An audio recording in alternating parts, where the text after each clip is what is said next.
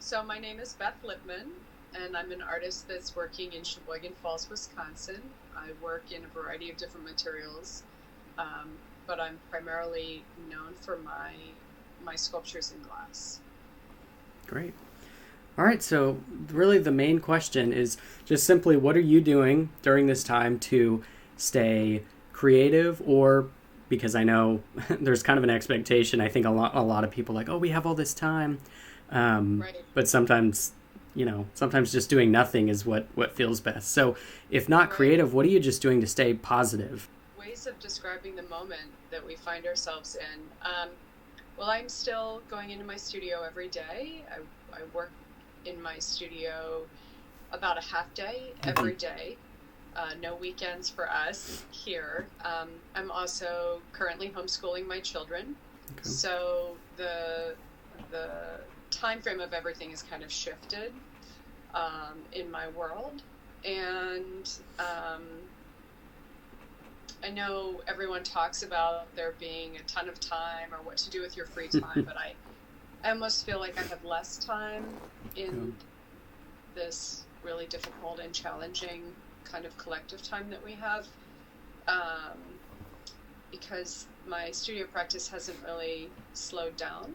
Mm-hmm. Um, that being said, every exhibition and residency and commission that I've had has been postponed. Yeah. Thankfully, not canceled, although I know many people have had cancellations. Um, so when I'm in my studio, I spend, I would say, a large part of that time actually listening to podcasts and trying to stay informed about the pandemic and the ways that our community is handling the pandemic, the community as in the global community, but also the local and regional community. I've also spent time with my husband making masks Mm-hmm. for local and regional medical and hospital centers and Planned Parenthood. And we also are now we were kind of forced to start selling for a nominal amount of money some of the masks Yeah. just to recoup the costs of doing that. So that's felt really good to just know that we're making some PPE that can directly impact people's lives that need it. What kind of effects do you think we Right. see coming out of this? I mean, I do think about that a lot, Jack. Like, Yeah. I think about, am I ever going to just um, unthinkingly hug my family um, or my friends again Yeah. without that moment or that hesitation before connecting in that way physically, um, as to whether or not it's safe to Yeah. do so.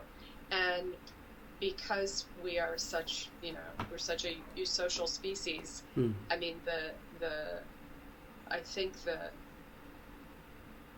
one of the profound tragedies of this experience,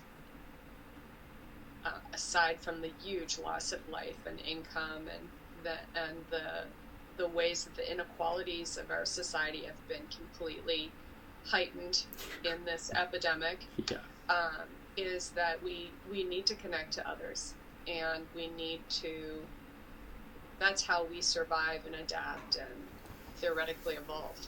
So I read a really interesting article in the New York Times. It was about the parallels between the 1918 flu Mm. and its impact on Philadelphia, and the way that Philadelphia, which incidentally I was born in Philadelphia, Oh. neither here nor there, but and I used to live there, so it's a place that's close to my heart. But Yeah. how they were more proactive than some locations in dealing with this new pandemic because of their history, Yeah. and somehow like this collective memory that that still exists within that community of how impactful the 1918 flu was there. And so I wonder if that, I think about that and just generally how it's going to affect our populations, like how far out into the future um, will we carry this collective memory of pain Yeah. and risk and scarring, and just thinking about intergenerational kind of collective scarring or healing, and so those are things that I'm thinking about that are also close to what drives my practice a little bit as well, in terms of thinking about time and transience of the moment and things like that. Do you feel like this moment will impact any of the way you work in terms of what you're creating? Because yours is so fun because there are so many like little hidden objects and meanings within those objects. Like, do you feel like this moment has made you start creating in a different way at all? I think what I know now, there's a lot of unknown, but I think what I know is that it will undoubtedly impact the way I think about making work, mm-hmm. and think about what I choose to make. When 9/11 happened, I had just moved out of New York City, and I was really more of an emerging artist, I guess, at that time, and I really struggled to find meaning in making at that time. I just had a hard time justifying making things.